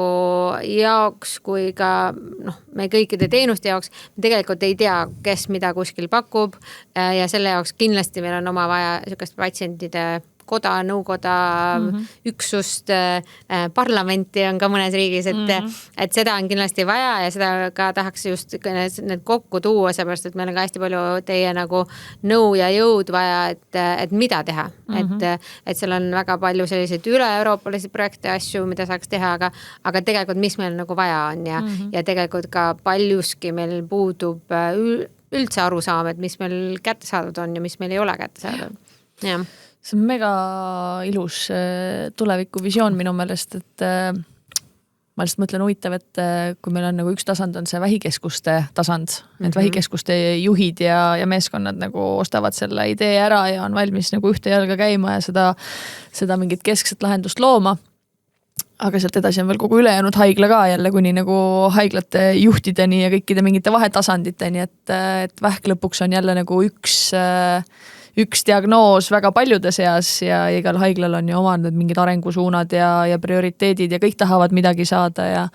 et see on veel omakorda kadalipp, mida ei saa kuidagi siin taustal vist ära unustada, et Ei, absoluutselt ja eks see ongi nagu keeruline, et tegelikult tähtsad haigusi on veel. Mina olen nagu onkoloogina nagu hästi ei saa kuidagi öelda, et ma olen nagu erapoolik, aga selles mõttes, et seal on väga palju, vähk kindlasti on asi, mille nagu inimesed surevad kõige rohkem, diagnoose on väga palju ja ka tänapäeval me ütleme nii, et see nagu meie numbrid ainult järjest nagu tõusevad, et selles mõttes, et ma tahaks nagu kindlasti ka võib-olla teiste erialadega võrreldes meie ravi on võib-olla natukene komplekssem, pikaaegsem ja kõvasti rohkem raha nõudev. Et selles mõttes ma tahaks et et meie käime ikkagi seda trummi löömas, et see vähiravi on kõige tähtsam. Aga jah, et kindlasti selle juures ei saa ära unustada, et meil on need teised erialad ja kus ka tegelikult on väga palju arengut vaja teha, jah. Aga jah, selle vähi enda ju ühiskondlik mõju, majanduslik mõju igal tasandil, miks me ütleme, et vähk on teema nagu kõikidel tasanditel, ka siis, kui sa ise sellega otseselt kokku ei puutu võib-olla. Et see koormus, mis selle diagnoosiga kaasas käib, et sellepärast ma ka kuidagi tahaks näha, et see oleks üks riiklikke prioriteete meie tervishoiupoliitikas, sest et meil on jälle nagu kokkuvõttes lihtsam valmistuda selleks, et see haigus järjest enam saab diagnoositud, järjest enam on neid inimesi, kes selle haigusega elavad ja kellel on teatavad toimetuleku väljakutsed ja vajadused erinevate tugiteenuste järele ja nii edasi, et noh, me ju teame, mis need trendid on ja kuhu me läheme, et siis valimised on tulemas. Yeah. Tahaks näha, et nüüd ikkagi meie nagu valimisprogrammides ka vähk teemana tervishoius oleks kuidagi ikkagi tugevalt sees, sest jah, ma arvan, võib-olla täna veel sinna minema. Ei, no sellest ongi jah, et see on huvitav, sest ega kõikides riikides on nagu järjest neid nii-öelda vähiplaane ja nii-öelda arengukavasid ja muid tehtud ja tegelikult mis ambitsioonid meil selle tegevuskavaga ka on Eestis ja ka maailmas on ikka päris suured, et et seal on kõik ennetamisest, sõeluuringute laiendamisest sealt ja kõik kuni ongi päris nii-öelda diagnoosimise, ravimi ja muuni välja ja sinna tegelikult ma ütlen ka nagu jällegi aga ära poolikult, aga et tegelikult on vähi nagu me oleme väga tähtsa diagnoosi juures, et seal peab tegelikult seda ka riiklikult tähtsustama, ma saan aru, on teisi erialasid ka, aga tegelikult see koormus nii tervishoiul, aga ka see võit, mis sealt, kui me need inimesi õigeaegselt ka diagnoosime, ennetame, terveks ravime, et sealt me saaks ju nii palju ka nagu seda võitu tagasi. Plus lähedased, kelle elu see tegelikult ikkagi ka ju pea peale pöörab. Okei, no igal juhul pikka iga Estgenile ja ma arvan, sinu tulek ka jälle annab jõudu juurde sellele kõigele. Aga võtame siis vahepeal Rille lonksu ferlat, et mikrobioom oleks korras. Siis on enesetunne ka hea. Minu möödunud nädala postitus jälle ootamatult kuidagi jõudis erinevatesse kohtadesse, sest et minuga juhtus selline lugu, et ma läksin MRT-sse ja ma sattusin lihtsalt, masinaid on ka erinevaid, ma ei teadnud, et on seal vahe ja siis ma sattusin masinasse, mis oli pigem sellisest nagu võib-olla vanemast ajajärgust ja kitsam ja seal oli kindlasti mustmiljon muud põhjust ka, aga igal juhul, mis juhtus, oligi see, et mina seda MRT tehtud ei saanud, sest mul mega klaustrofoobia tuli peale.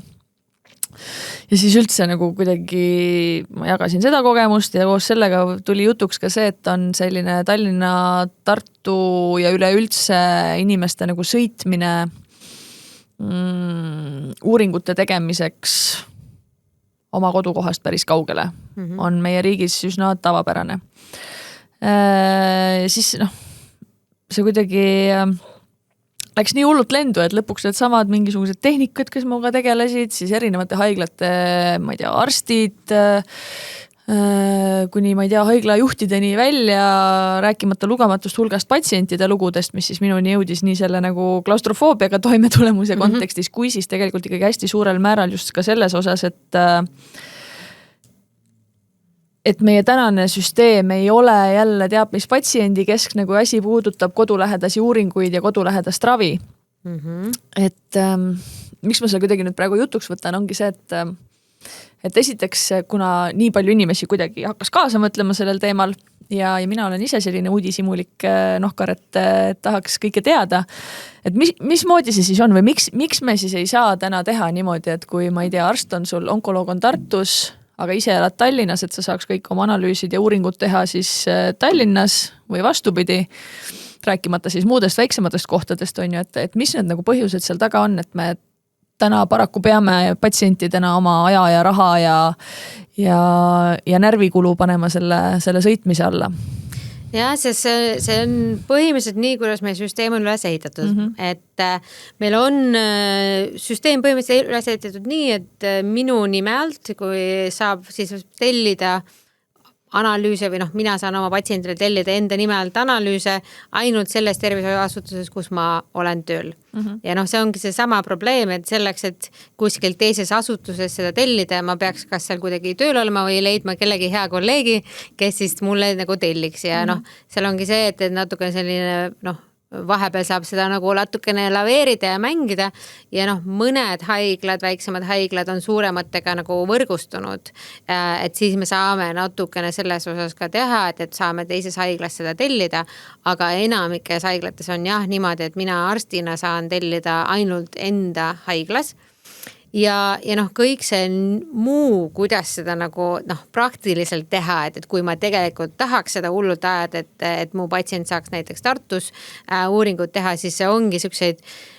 nagu oma sõprade põhimõtteliselt käest küsimine, et kas keegi saaks umbes tellida minu patsiendile või patsiendile avada ka haigusloo. Ja jällegi see pole üldse nagu tegelikult teoreetiliselt legaalne. Ja selles mõttes me ei ütle, et me seda teeme, aga põhimõtteliselt see on ainuke võimalus, et ma saadan siis oma patsiendi teise kolleegi juurde teises haiglas, kes siis põhimõtteliselt peab talle avama haigusloo ja siis sinna tellima selle uuringu. Ma tean, et sulle vastasid ka paljud inimesed saaks teha üleriigilisi saatekirju, siis ma väga ootame, et keegi näitaks, kuidas seda saaks teha, aga seal on ka väga palju mitu probleemi see, et neil sellised saatekirjade tegemisega, ma arvan, et meil, miks me neid asju väga palju ei kasuta ja ma tõesti ausalt öeldes isegi ei oska, ei tea, kuidas need käivad, ongi see, et see kindlus, et need asjad ka nagu teises haiglas tehtud saab ja ka need uuringud vastatud ja kõik see, seda ei tegelikult ei ole, seepärast, et iga haigla saab ise öelda, kas ta teeb neid teenust või ei tee ja ma arvan, sinu puhul on see, et sul on vaja iga mingisuguse aja tagant neid uuringuid teha, aga meil on ka patsiendi, kes käivad ju iga nädalselt keemiaravil, nad peavad tegema iga kord vereanalüüsi ja siis tulema haiglasse, et see ravi osa see on fine, kui nad tulevad sinna nagu keskusesse, aga see, et nad saaks näiteks need vereanalüüsid või ka selle kompuutri uuringu kodu lähedal teha ka väiksemates haiglates, kus see võimalus on olemas, praegu ei ole võimalik. Seepärast, et see süsteem ongi lihtsalt niimoodi üles ehitatud, et ma peaks kuidagi sealt nagu tööl olema. Ma mõtlengi, et kas see taandub nagu, jälle nüüd minus selline võimaluste otsija väga on selle teemaga aktiveerunud ja kuna veel nagu nii palju nagu julgustati ka, et jah, et seisa selle eest, et me juba ammu ootame, et see kuidagi ära laheneks ka just nagu arstide enda poole pealt, siis ma saan aru, et üks osa sellest ongi see, et haiglate IT-süsteemid on erinevad. Ja aga see IT-süsteem isegi ainult mitte see, et IT-süsteem on võib-olla probleem siis, kui see uuring on juba tehtud, näiteks, et kui see vereanalüüs või kompuuter või see magnet on tehtud, siis kui ta liigub üksteiselt teise, see võib-olla saab veel tehtud, aga see, kes sellel tellib, vaata seal tellija taga peab alati üks mingi tervishoiutöötaja olema ja enamasti arst. Ja siis seal ongi see sama probleem, et see arst peab olema selles asutuses aga nagu see keskkond, kus tellitakse neid asju, kas see on kõikides haiglates muidu sama või? Ei. Igaühel on enda süsteem selle jaoks, siis ta ikkagi taandub sellele, et ongi erisused. Ja selleks, et kõigil võiks ühtne süsteem olla, kas see võiks olla nagu üks asi, mille eest võiks Estcan seista, et me nüüd läheme haiglatega selles suunas liikvele, et meil oleks võimalik neid patsiente ühest kohast teise suunata, info liiguks ja... Üldiselt ma arvan, et see üldse ei ole, väga ausalt, et see ei ole üldse nagu ainult vähiteema, et see on nagu kogu Eesti tervishoiusüsteem, et me kogu aeg räägime, et meil on suur IT-riik ja suured tervishoiuteenused, aga meil kahjuks need tegelikult ei ole omavahel niimoodi kokku sobivad ja meie tervishoiuteenused on ikkagi väga spetsiifiliselt selle haigla nagu külge kinni pandud. Et sellist üleriigilist tellimust praegu ei ole üldse meil nagu lubatud. Ja ma loodangi, et kõik, kes meid kuulavad, teevad selle asja käve korda, sellepärast, et tõesti seda on igal erialal vaja. ja noh, igal erialal ongi see sama, et tegelikult väiksemates keskustes järjekorrad võivad olla lühemad, nendega näiteks uuringute saamiseks, aga seal jällegi on keegi peab selle seal tellima ja samamoodi, et noh, ka perearstikeskused väga palju toredaid kolleegi, kes teevad meile neid nagu uuringuid ja asju ära, aga nad teevad seda põhimõtteliselt oma initsiatiivist, et sellist süsteemi võiks kindlasti ehitada ja see võiks kogu Eestile, kõikidele erialadele nagu ehitada. Ma just vaatangi, et ma tean, eks perearstid juba täna saavad suunata, on ju, et ongi, kui perearst on Tallinnas, siis ta suunab mu kohalikku Synlabi või kuhugi keskusesse, ma annan oma vered ära ja on korras. Et seal on see justkui juba võimalik. Ma tahtsin korraks vaadata lihtsalt. Võib-olla Haiglate Liit või äkki ka tahab sellega aidata meid? No täpselt, et kuidagi peaks sellega ikkagi ju liikuma saama, sest ma tean, see kodulähedane ravi ikkagi juba on teema, et meil on juba näiteid siin Eestis ka, et ma ei tea, Saaremaa patsiendid juba saavad käia Kuressaare haiglast tilkumas, kuigi Kuressaare ei osuta ju vähiraviteenust, on ju. Et neid näiteid juba erinevates Eesti piirkondades on, aga uuringud on ju veelvõrd selles mõttes nagu justkui lihtsam asi ära lahendada, et kui sul on vaja nagu kompetentset personali sinna Kuressaarde näiteks selleks, et seda keemiaravi seal teha, siis erinevates keskustes juba ju näiteks radioloogias või ongi ju inimesed olemas, on ju. Enamik on ja võib-olla mingi keerulisemalt kindlasti ei saa, aga jah, et selles mõttes, et seda küll, et enamikes keskuses nagu vereanalüüsid, aga seal on tihti ka see, et kes sellele vereanalüüsi vastuse eest siis nagu vastutab, on ju. Et seal ongi see, et kui seal on midagi valesti, siis kellelegi peaks saama nagu helistada. Ja seda poolt ka meil ei ole nagu kokku lepitud ja seal ongi väga toredad nagu väiksemad haiglad nagu Kuressaarega ja ka Pärnu ja muud, et kes on võtnud selle keemiravi osaga enda nagu ja Ida-Virumaal on tänapäeval ka, praegu ka võimalik saada keemiravi kodulähedal, mis on nagu suurepärane, aga ongi see, et nemad on võtnud nagu selle suurte keskuste kaudu selle ja sealt saab neid osasid uuringuid teha, aga kõik need väiksemad kohad, ka perearstid ja Synlabid ja muud, et seda süsteemi nagu võiks kindlasti arendada. Ja võib-olla on kuskil on mingi hästi kindlasti on üle Eesti näiteid ja ma ei taha öelda, et seda nagu ei saa teha, aga see on praegusel hetkel nagu suhteliselt nagu salaja ja ebamugav, aga tegelikult ka ei ole nagu ka väga ausalt seda tehtud. Ja ma arvan, et see nagu ei olegi koht, kus praegu vaadata otsa mingitele konkreetsetele arstidele või nagu üksikutele, ma ei tea, vähikeskustele või ma ei tea kellele. Ja ma ütleks vastupidi, et tegelikult need arstid ja üksikud vähikeskused on siin ikka suht võimelnud selliste asjade eest ja tõesti igale patsiendile üritanud igasugust parimat lahendust välja mõelda, aga tõesti need käed on tegelikult selja taga suht ja ei ole, ametlikult tegelikult ei ole absoluutselt lubatud. Aga ma ütlengi, et nagu nüüd rääkisime sellest Estcanist, on ju, me rääkisime, et arstidel ka on nagu ajaliselt on ju keeruline. Et esiteks see ka ju natukene hajutaks võib-olla üle-eestiliselt ka seda uuringute järjekordi ja asju, et samamoodi ju tegelikult nagu suurtes keskustes on need masinad üle koormatud. Et minu missioon nüüd siin täna ma ei tea veel, mida ma selleks järgmisena teen, on ju, aga ma loodan, et sa aitad mind selles. Tegelikult on see, et kuidas ja mis sammudega me saame nüüd edasi minna, et see asi päriselt ikkagi nagu reaalsuseks saaks pigem lühemas kui pikemas perspektiivis, sest mu selle postitusele Karmen Joller minister ka vastas, et jah, me tegeleme sellega, et inimeste vähem jooksutada, aga millal see mure lahenduse saab, ei oska ma öelda. Igatahes olen ma korduvalt seda tõstatanud, kui on jutt suurhaiglate koostööst. Ehk siis siit mulle jääb tunne, et see on nagu haiglate vahelise koostöö küsimus, on ju. Jah, aga see ei ole isegi, mina ütleks, et see isegi ei ole haiglad, kindlasti peaks nagu Haiglate Liit ja muud ka Sotsiaalministeerium selle teemaga nagu arutama, aga seal ongi see, et ma ei taha ka natuke nagu seda, et üks ütleb, et teise süü ja teine ütleb nagu teise süü, et ma ei taha isegi, et seda võib-olla ainult haiglate, vaid kogu selle tervishoiusüsteemi, et see sama patsient võiks ka näiteks perearsti juures seda vereanalüüsi anda, aga ja meil on väga palju toredaid perearste, kes on seda nagu võimaldanud, aga see on ka nende enda nagu rahastuse ja initsiatiivi puhul, et see süsteem seda lubaks meil teha, seda meil ei ole ja ma arvan, et see sama, et tegelikult ju koroona ajal ja muul ajal tegelikult me väga palju IT-süsteemid, asjad nagu arenesid, saime igast testi igal pool teha, et siis nüüd võiks samamoodi tegelikult selle ju ka üleriigiliseks teha. ja ma ei tahaks, et jääks nagu mulje, et see kuidagi mingi haigla saaks kuidagi selle ära teha, et ma arvan, et seal on ikkagi seda riiklikku süsteemi vaja. Aga võib-olla see ongi see koht, kus, ma tean prioriteete ja erinevaid teemasid, et see ongi see häda, et nii palju on asju, mida tahaks kõike korda teha, et mulle tundub, et praegu siin on ka see, et selleks, et see teema liiguks edasi ja kuidagi mingi lahenduse saaks, ta peab nagu mingite õigete inimeste kuidagi prioriteetide listi nüüd jõudma. Et teemasid on lõputult, et jah, siin on veel teisigi kommentaarid, et infosüsteemide konsolideerimine on igati mõttes ja arutluses juba ja ka haiglate vahelise koostöö sujuvamaks tegemine, et inimesel oleks selles protsessis lihtsam, aga hetkel see sinu muret küll ei lahenda, tõepoolest. No seal on see, et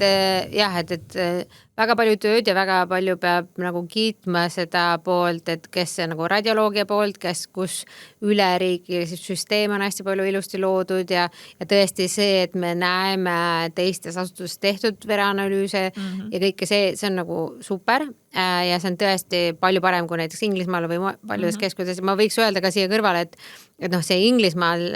süsteem oleks siin veel võib-olla rohkem hulluks ajanud, et seal tõesti on niimoodi, et kui meil on haiglad üksteisest üle siis ma pean ikkagi üle tee minema selleks, et neile oma nagu kompuuterit näidata. See on ka see eestlaste teema selles mõttes, et me oleme juba harjunud sellega, et asjad on automatiseeritud ja omavahel kuidagi seotud muudes valdkondades, et need samad ootused tulevadki kaasa ka tervishoidu, on ju, et miks me siin selle eest jaurame.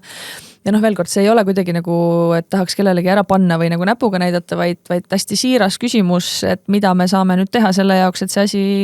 kuidagi kuhugi poole liiguks, sest mina täna oma täies elujõus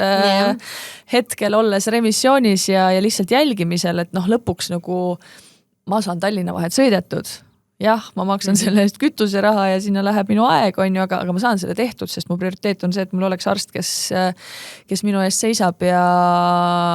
sellest haigusest midagi teab, millest väga paljud ei tea üldse mitte midagi. Et loomulikult see minu jaoks kaalub selle kõik üles. Aga mõeldes just nende inimeste peale, kes on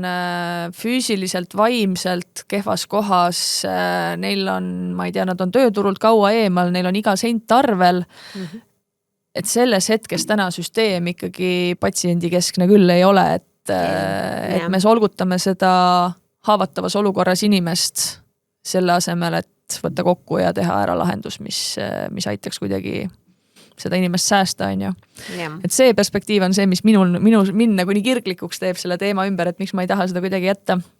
Aga okei, ühesõnaga, pusime sellega edasi. Küsime nendelt targematelt inimestelt sinu seal Facebookis ka, mis teema on ja kes teeb? Ja kui meid siin ka kuulavad õiged inimesed, kes midagi võiksid sellest teada, et siin on mitu vihjet, et juba midagi sellel suunal tehakse kuskil, et olukord laheneks, et mida siis tehakse ja kuhu see nina sisse toppida, et viskan selle palli õhku ja vaatama, mis saab. Kas midagi juhtub või asi vaibub. Okei, kuule, aga tegelikult me oleme juba pikalt rääkinud, ega meil on igast rekordsaateid juba viimasel ajal olnud, et tundub, et see suu kipub käima nagu Tatra veski kogu aeg.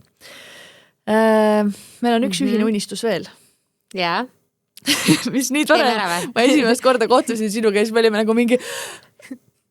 tavai. Meil on niigi nagu vähe asju, mida teha, et looks nüüd veel sellise nagu füüsilise vähikogukonnakeskuse või Cancer Center, mis võiks meid toetada, et räägi sellest mõttest, miks see sind nii... Jah, see on nagu võib-olla mitmest nurgast tulnud, aga Inglismaal on selline hästi tore,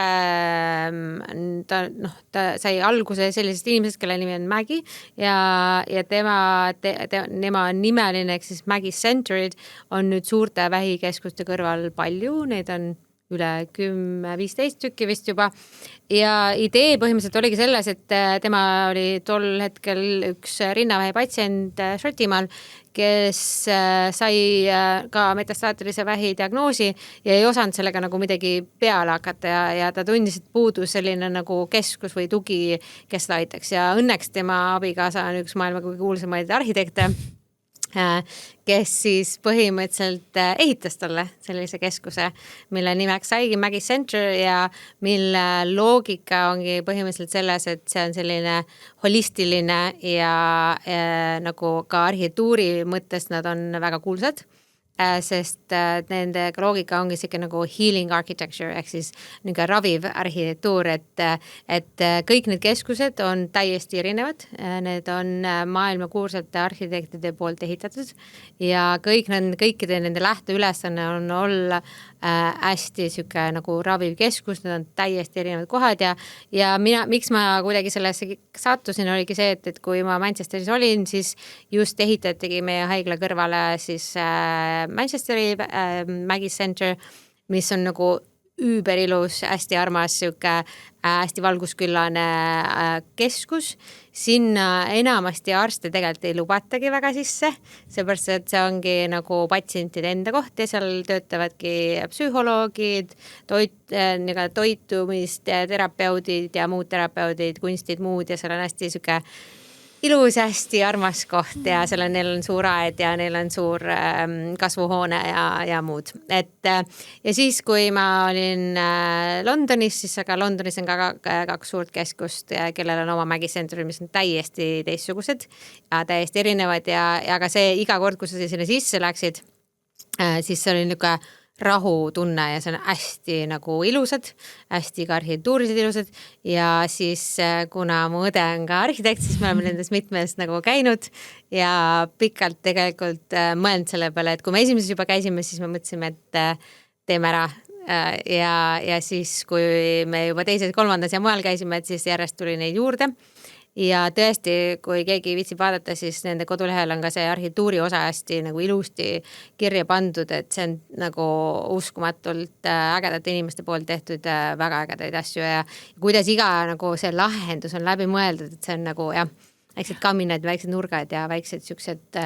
salaja olemiskohad ja ma ütlen, et Londoni kesklinnast ta oli ka nagu täiesti uskumatu siuke taskuke, et kui sa saidki oma kanüüli kätte ja pidid sealt, ma ei tea, mingi kompuutrit ootama tund aega, et siis sa said seal taskukeses kuskil vahepeal puhata ja olla ja siis minna tagasi keemiat saama, et see on siuke. Ja see on see kogemus, mida me järjest näeme, et mida patsiendid nii väga otsivad, et ühtpidi ongi kui palju tegelikult keskkond, see rahu, see turvatunne, see kuuluvus ja siis seal juures loomulikult ka kõik need erinevad toetavad teenused, alates nagu psühholoogilisest ja emotsionaalsest toest kuni siis, ma ei tea, erinevate nõustamiste elustiili teemadeni, sotsiaalsete teemadeni, et see kõik oleks kuskil ühes kohas koos ja sealt edasi siis meie unistuses ka nagu digitaalselt edasi kantud, et sa ei pea ainult sellesse nagu keskusesse tulema, vaid see on sulle ka mujal kätte saadav, et see on nagu see maksuunistus praegu, et kuhu suunas tahaks minna ja see tundub tegelikult jälle ükskõik, kus me oleme sellest rääkinud, siis inimesed tegelikult lähevad sellest põlema ja elevile, et ma arvan, et me ikka, kui vähegi elupäevi antakse, et see keskus on vaja siia Eestisse ära teha. Sest täna juba meil on nüüd aparaaditehases on Tartus väike kontorinurgake ja katsetame sellist nagu keskust sellistes väiksemates formaatides loodetavasti mida aeg edasi. Aga juba on nagu tulnud patsientidelt küsimusi, et kas sinna saab niisama olema ka tulla? Et kas ma saan lihtsalt nagu tulla oma keskkonnast ära ja olla, et tegelikult see tänase kontor on siuke üliväike suvaline ruum, kus on lihtsalt nagu laud, toolid ja aken ja mitte midagi muud. Aga see vajadus juba kuidagi nagu otsitakse seda kohta, kuhu füüsiliselt tulla, nii et et me ei alahindaks seda keskkonnaruumi. Ja ongi see on nagu, kui ma mõtlen, et nagu patsientide peale ja inimeste peale, kes peab sinna haiglasse tulema nagu iga jumala nädal ja vahepeal iga nädal ka 2 korda. Ja see haigla on mõeldud ikkagi, haiglad enamasti on meil mõeldud selleks, et me saaks neid pesta ja puhtad ja mingi nagu steriilsust saaks tagada ja siis, kindlasti me oleme mingis osadesse neisse nagu seda mugavust ja valgust ja head toond, aga me tegelikult ei saa seda lootaga, et see haigla nagu muutub selleks, et meil on vaja sellist võib-olla nurgakest sellest või mingit osa sellest kuidagi muuta, et seal tegelikult võiks seda nagu palju kuidagi nagu armsamaks teha. Ja täna sa ei tule, kui me räägimegi inimese teekonnast ja sellest vajadusest, et see ei lõppe ära sellega, kui sa oma ravi kätte saad, vaid kui sa oled ka järjest jälgimisel, kui sa oled ka terveks saanud tegelikult, et see koht on ka siis vajalik. Ka siis, kui sul on 20 aastat nii-öelda remissiooni jõudmisest möödas, sa mingitel hetkedel tegelikult tunned vajadus selle kogukonna järele, et meil on neid lugusid ka, kus inimesed, kes tegelikult nagu üliammu jätsid selle aktiivse raviteekonna selja taha, on elanud oma täisväärtuslikku elu ja nüüd kuidagi jõudes sellesse kogukonda, mis neil tollel ajal puudu jäi, noh jälle nad ütlevad, et mingisugused haavad või tühimikud nagu nende kuidagi hinges said nüüd, alles 20 aastat hiljem ravitud läbi selle, et nad leidsid selle oma koha ja kuuluvuse ja mõtestasid mingid teemad enda jaoks lahti, et see võib-olla on jälle natukene see, et jälle betooni ja jälle mingi maja ja jälle on mingi koht ja keskus on ju, aga lihtsalt maja ehitamisest või lihtsalt ka nagu digitaalses mõistes ühest äpi tegemisest kunagi ei aita, et ma arvan, et see kontseptsioon seal taga, et kuidas ka see teenus sinna disainida ja kuidas see kõik ühe terviku moodustab, et see on tegelikult, ma arvan, see kõige olulisem väljakutse, et ja ma arvangi, et ma ei tea, kas me võib-olla unustame seda ära, aga võib-olla teie olete seda võib-olla rohkem nagu tähelepanu alla toonud, et see, ma arvan, see, mis nagu ühele inimesele, kes peab selle vähiga nagu ka ravi mõttes või pärast seda ka tegelema, on see nagu, et ta ei ole nagu seal üksinda sama asjaga ja tihti me tahame, et okei, lähedased aga lähedased, kes võib-olla ei ole sellega kokku puutunud, neil on oma hirmud ja nad ei oska võib-olla sellest samamoodi aru saada ja see nagu see kogukonna loomine selles mõttes füüsilises, vaimses või äpis või kus iganes see on, et see on, mis inimestele nagu alati nagu üüber positiivsena minu arust ka mõjub, et ongi see sama, et kui me räägime, ongi Londoni kesklinnas on kõige keerulisem, kõige nagu mingisugust liiklust täis osa ja sul on niisugune taskuke, kus sa saad minna ja sul inimesed ütlevad, et mul ka. Et see nagu alati, mis seal tuli, oli nagu kõige nagu positiivne asi, et sa saadki minna ja näha neid inimesi ja ma arvan, et seda kogukonda me oleme võib-olla siiamaani nagu natukene ära unustanud või vähe tähtsustanud, et ma arvan, et seda me võiks kõvasti rohkem teha. Ja lõpuks see ongi see osa, mida ei saa nagu kliiniline seltskond lahendada, vaid see peabki tulema kuskilt teisest kohast, aga ma arvan, et nagu tugevas koostöös lihtsalt meie ülejäänud süsteemiga. Nii et ma arvan, et ega me sellest ei pääse, et see asi on vaja siin ikkagi ette võtta, et praegu on käima lükatud selle digitaalse kogukonnakeskuse ja platvormi arenduse protsess, et näis, mis sellest saab, aga see füüsiline, oli ka eile ma käisin Raplas, meil oli vestlusõhtu, kus olid ka nii armsad kohtumised jälle patsientidega, see, kus nad saavad omavahel kokku, jälle võõrad inimesed, aga poolelt sõnalt üksteist mõistavad, jagavad oma lugusid, et need ei ole nagu mingisugused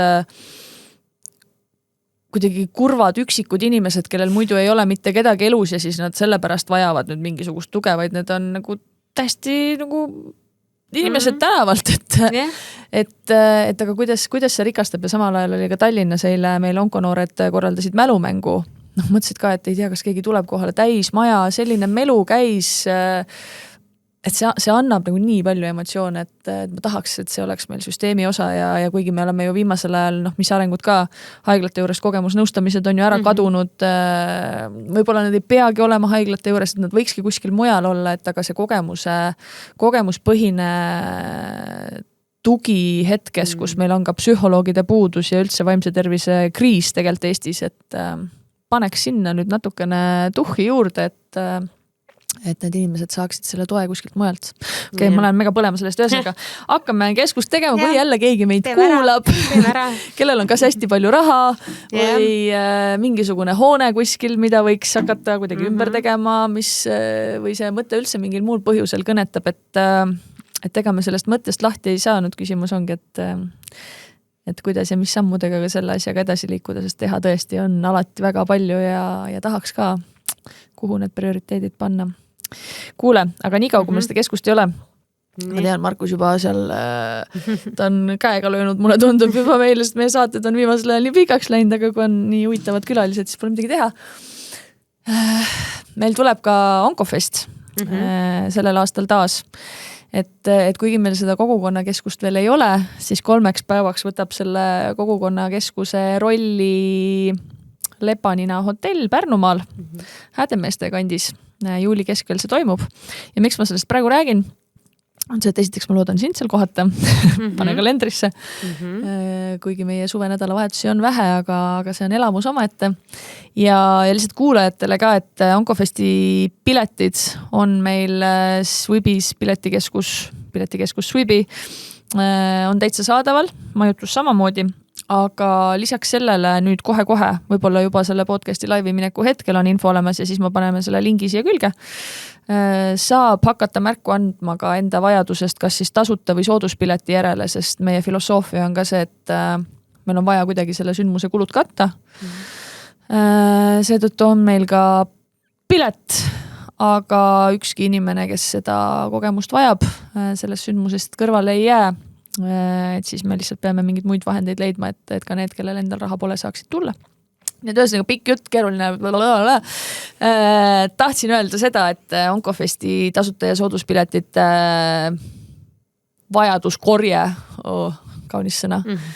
hakkab kohe-kohe pihta või juba on alanud. Nii et kui sa meid täna kuulad ja sa tunned, et sa muidu ei saaks Oncofestile tulla, aga jubedalt tahaks, et siis ära maga maha, pane oma sooviavaldust teele ja siis meie asi on leida kate sellele, et sinu pilet tasuta sinuni jõuaks. Selline kommertsiaalne teadaanne siia lõppu. Vot nii, Oncofest, kogukonnakeskus, Eesti Väideri võrgustik, Väideri strateegia, Rille Pihlak tagasi kodumaal. Palju huvitavaid teemasid. Kuidas sa saad ise kokku võtaksid või kas sul on nagu mingisugune mõte või sõnum, mida sa tahaksid siia saate lõppu veel õhku visata? Nii et me sellest veel järgmised pool tundi ei räägiks. Ei, ma arvan, et see nagu mõte, mis käis nagu mitu korda läbi ja mitu korda võib veel milline korda tulla, ongi see, et palju häid asju on vaja koos ära teha. Ja palju ka seda tööd, mis me nagu Estkanini teeme, et nagu tahaks inimesi seda võib-olla lootust natuke jätkuvalt nagu äratada, et teeme ära see tegelikult saab nagu teeme ära ja tegelikult oleks vaja ka väga paljude heade inimeste jõud, nõud ja ajusid ka kaasa tuua ja et nagu ma arvan, et see nagu murdepunkt on nagu hea praegu, et nagu väga palju inimesi on nagu uuesti käima tõmmatud ja et teeme ära. Ma arvan sama. Super. Kuule, aga täna ei ole Pillet mu kõrval siin lõpusõnu ütlemas, nii et saadame Pillele veel tervitusi, ta kindlasti kuulab meid. Muidugi. Ja loodetavasti järgmises osas me oleme juba jälle koos Pillega. Aga